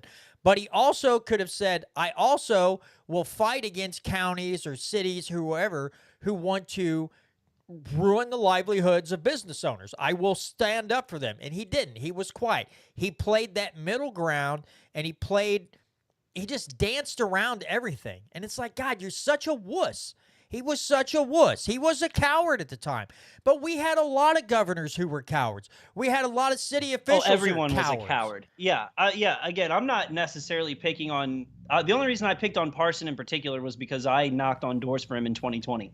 But you're totally right. Every single member of the state legislature who allowed this to go on without putting up a fight, everyone, pretty much anyone who had a spot of authority. I'm not blaming you, because even I admit that, like, I was 22 at the time when COVID started, 23, and I just wasn't as knowledgeable, right? So, like, I didn't understand. Like, nowadays, man, if this would have been nowadays, I would have been in the streets with a sign, like, knowing what I know now looking back. But, like, I don't blame the average person for not, getting their pitchforks and going to the street, because it was sort of novel, in my lifetime, for the government to actually come in and say, you can't go to work, right? Like, we're afraid for your life and your safety. You can't leave the house. You can't go to work. It was new to me. So, like, I'm not blaming the average person who didn't, like, stand up and revolt that minute. And I cannot commend people like you enough who did, like, in the moment, were like, this is crazy. This needs to stop. Like, can't give you enough credit for that. But if you were in a position of authority, you needed to know better. Like, you should have been dedicated to the pieces of paper and the constitutions that you swore your oath to, and you should have protected us from that. Yeah, that, again, it started up, I heard it on the radio, and I was like, oh, God, what? Just because of other shows that I listen to, like Sam and Trish on Off the Cuff, we're talking about this is coming at some point. They're going to they're going to push vaccines, they're going to do these things, and they're going to see how much they can get away with. They've been talking about this for years. And so also what really raised my antenna was Nancy Pelosi calling it an invisible enemy. And as soon as those words left her mouth, I'm like, I don't want any part of this. This is going to be bad. They're going to go hog wild, and they're going to trample over everybody who gets in their way. The rhetoric is so, it's just circular rhetoric.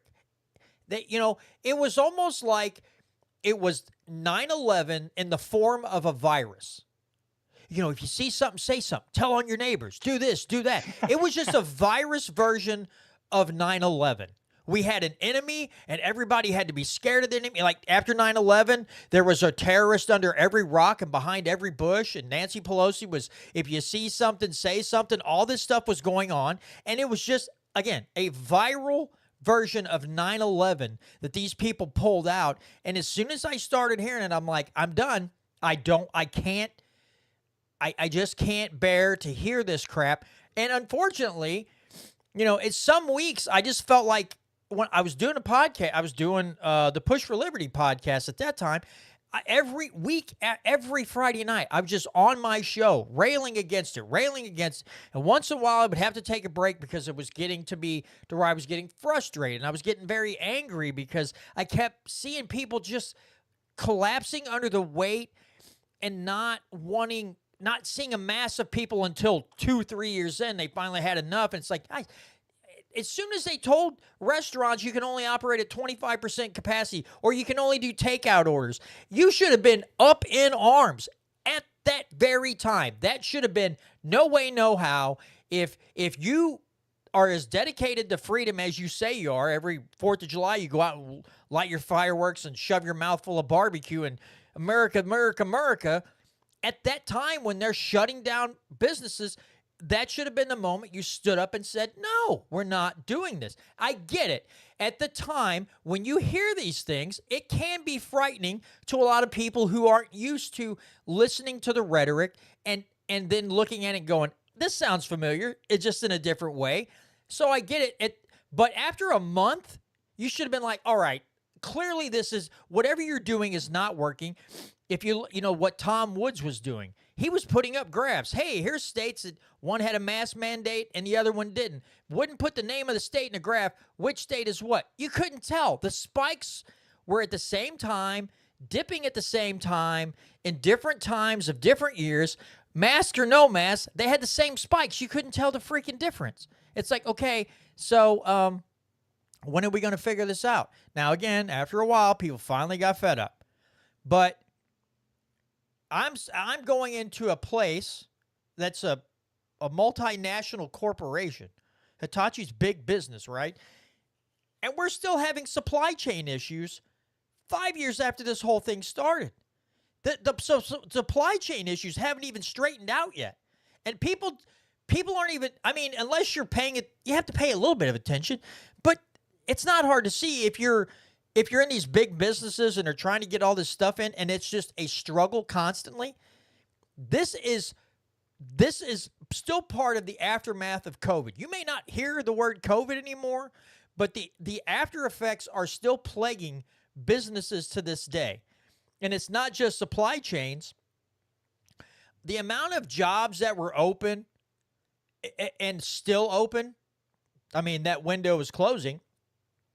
But you have people coming in, they'll start at a place and like, I don't need this, I can go here. And they're job hopping. So businesses trying to keep their employees has been a struggle because it opened up so many jobs from so many people just staying home and collecting that $900 a week in unemployment. And then everything opens back up. They don't want to go to work unless they're making $900 a week. That caused a bunch of problems. And that's the thing, folks. We have to I still hear people saying, well, COVID caused this. COVID didn't cause squat. COVID caused me to get a sore throat and have some laryngitis for a couple days and a mild fever.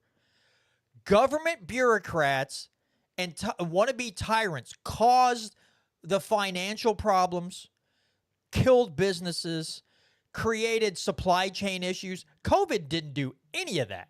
It's the idiots in charge that did that. So again, even 5 years later, I'm still COVID because of COVID.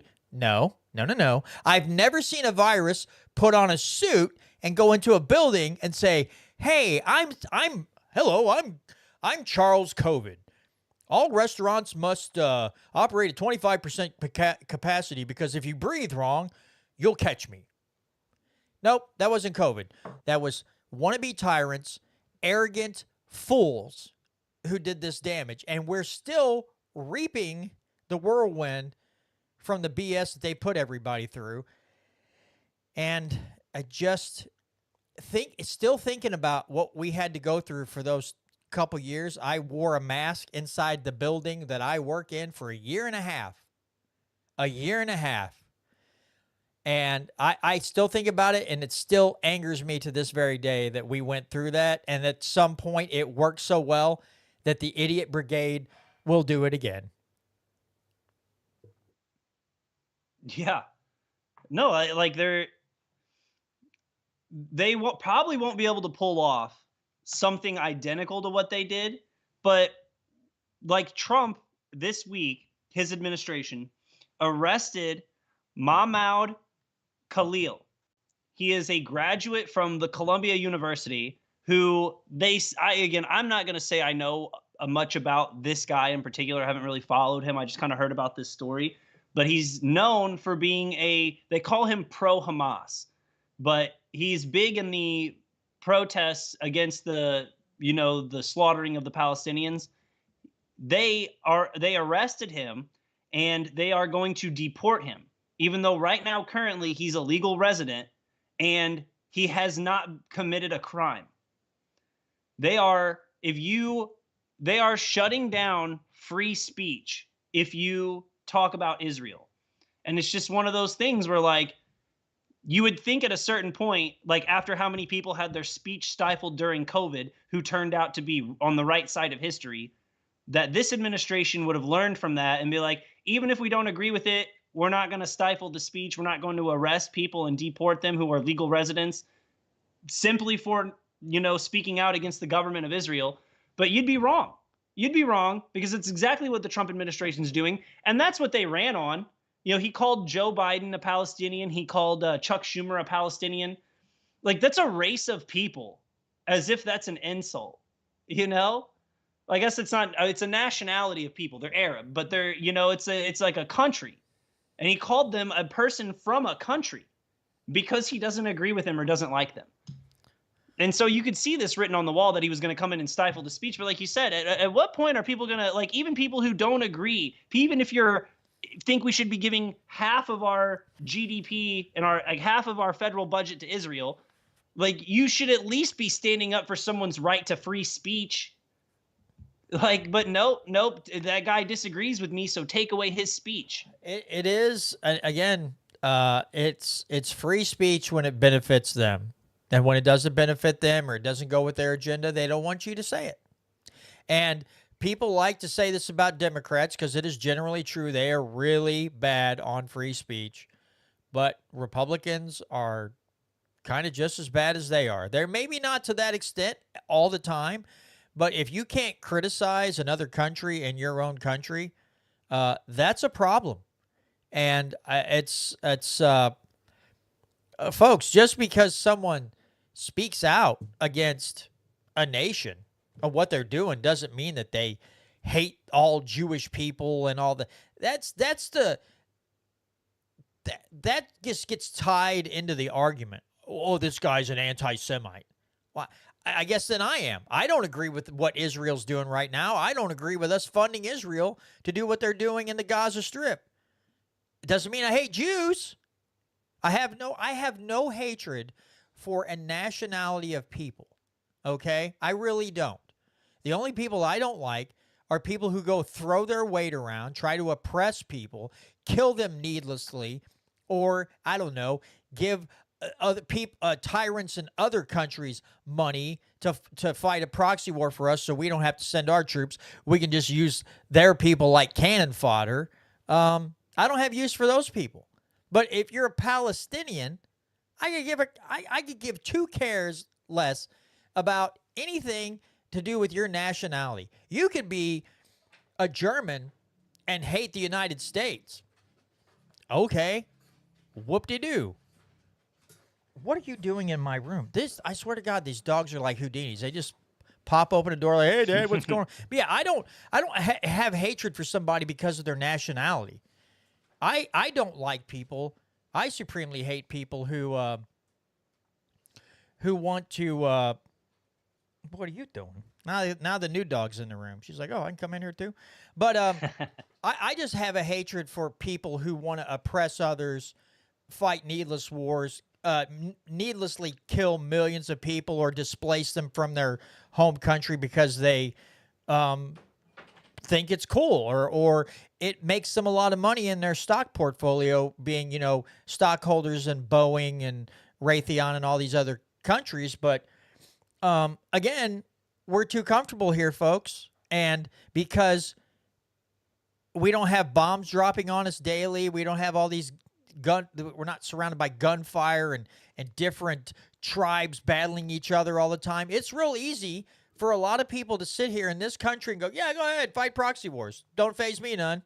It's not my kid getting sent out and maimed and murdered, possibly in a battle. So whoop-de-freaking-do. I'll wave my little Ukrainian flag or Israeli flag, and I'll cheer along.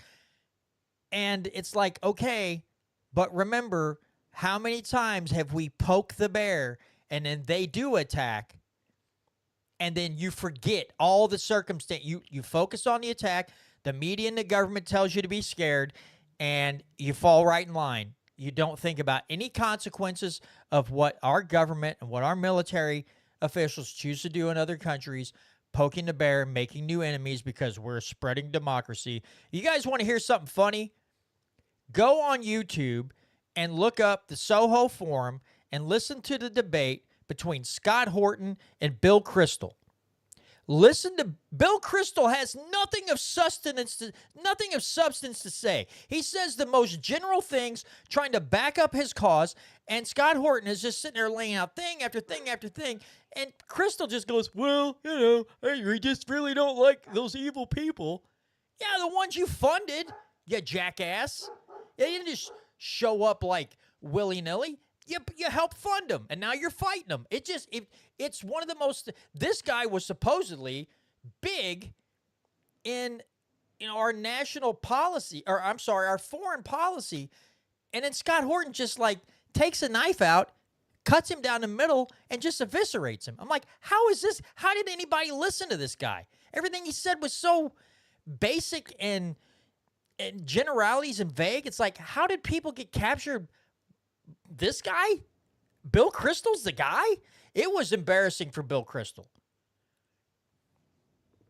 Oh, yeah, I saw that one. I'm actually looking for, I haven't seen it yet, but I want to watch the one that Dave Smith just had about whether or not Israel so our support for Israel is worth it to the American people. I want to see that one too. Yeah, because like you said, you were talking about it earlier with Gene Epstein, but no, the Soho Forum has great debate. So if you haven't checked them out, everybody ought to go on there and look. But yeah, definitely start with the one with Scott Horton versus Bill Kristol, because like John said, it is just absolute. It's like I don't remember exactly how long it was. I think it's like an hour and a half of just Scott Horton ripping down the establishment narrative on. Yeah, I gotta look that up real quick and see if I can find it, just how long the video is, because it might have been an hour and a half, but it didn't seem like. Let's see, Scott Horton. Yeah, there it is. It came right up at the top of my thing. Oh yeah, you're right. Hour and 33 minutes. Reason TV's got it up on theirs, but the Soho Forum should have that video up too. Scott Horton stuffs Bill Kristol like Geffelite fish. Oh, man. So my final piece, because I know we're running low on time here, just going to let everyone know. I am a glutton for pain, and I am going to be watching the St. Louis mayoral debate that's happening on Fox 2 on Thursday. And I will report back. The reason I'm interested in watching this is because they're getting ready to pass the bill where the state is going to take over the St. Louis Metropolitan Police Department, I believe, is what the bill was. It's what I read on. It's what popped up on the news today. Because I remember we talked about it before, but I can't remember. I think it was one of the legislative reviews with Tom Woods. And then her challenger is was someone on the city council, and she is running on the fact that she stopped privatization of the airport, and that she's running on the fact that she stopped open carry in St. Louis. Like that's what she's running on. So if that's what your platform is, I can't wait to see what you're going to say in a debate when asked about these questions. It's going to be like, again, it's a Democrat versus a Democrat, so it's basically going to be like they're going to out social like who could be more who could be a bigger socialist. And so I'm interested. I'm gonna watch it, and I'll report back the facts to everybody. You know, Pizza Hut used to run this. I don't know if they still run this type of ad or not. It always says no one out pizzas the hut. I think these mayoral candidates should just, especially in like St. Louis City and stuff, they should just, their slogan should be, no one out retards the tard. Just like, you can't out retard a retard. Like, you all just are trying to go full, or how does Thomas Massey say it? Nanard. They're just going full Nanardation. Because they're so retarded, you have to talk to them like a retard in order to get them to understand your point of view. But they're going full nard. But yeah, it just should say no one can out tard the tard or something. And that should be their campaign slogan. And people are like, what's that mean? Like, I'm so retarded that you can't be more retarded than me. And they will literally get people to vote for them. They're like, why did you vote for that person? Like, well, no one out retards a retard. That's what the guy said. That's what his campaign on. And I back retards. I love retards, so I'm going to vote for him. I don't know. My one of my coworkers says offensive. Yeah, I think I'm gonna buy a 12-pack, and I'm just gonna take a drink every time they promise free stuff to people. Like anytime they promise tax, like they're like, we're gonna give you this, we're gonna give you that, we're gonna spend money on this. I'm gonna have a 12-pack, see if I can't finish that sucker. I don't remember what libertarian page it was on Facebook, and but they were discussing something that Gavin Newsom was doing in the state of California, and I said if someone created a drinking game, and you had to take a shot every time Gavin Newsom said something stupid, the percentage of alcohol poisonings and deaths would skyrocket, which got a lot of good reactions, because that's no lie. I mean, if Gavin Newsom's up on a debate stage and you had to take a shot every time he blamed someone else for what he's done, the damage he's caused, or blaming the MAGA Republicans or whatever, there would just be dead people lying all about the place. Now, did you see that? Credit to I'm not even going to give him credit, but I will say Gavin Newsom sat down with Charlie Kirk, and I haven't seen that yet. But apparently, Gavin Newsom said that he does not support transgender athletes in biological men competing in women's sports. He came out and said he does not support that, and that it's deeply unfair. And so the last thing we want is for Gavin Newsom to become the middle ground face of the Democrat Party. He's a good politician. He's a scumbag and a criminal, and probably belongs in jail for what he did during COVID. I mean, he belongs in jail for what he did during COVID and all the ways he's wasted Californians' money. But he's a good politician. And if he can make middle ground, he'll be especially if these tariffs keep tanking our economy, it'll be a very serious election next time around. Absolutely will. Yeah, to think that guy could be the front runner is just absolutely horrible. But okay, well, folks, that's going to do it for this week's edition of the Missouri Liberty Report. Again, thanks to all of you who listen via podcast app or at MissouriLibertyRadio.us. Also, if you're watching on YouTube or Rumble, we greatly appreciate your continued support and views. and downloads. Again, next week, we will be not so romantically revisiting the 2 weeks to slow the spread, the 5-year anniversary, and kind of taking another dig into this subject. And I'm sure we'll be discussing some other things, but again, I don't want this ever to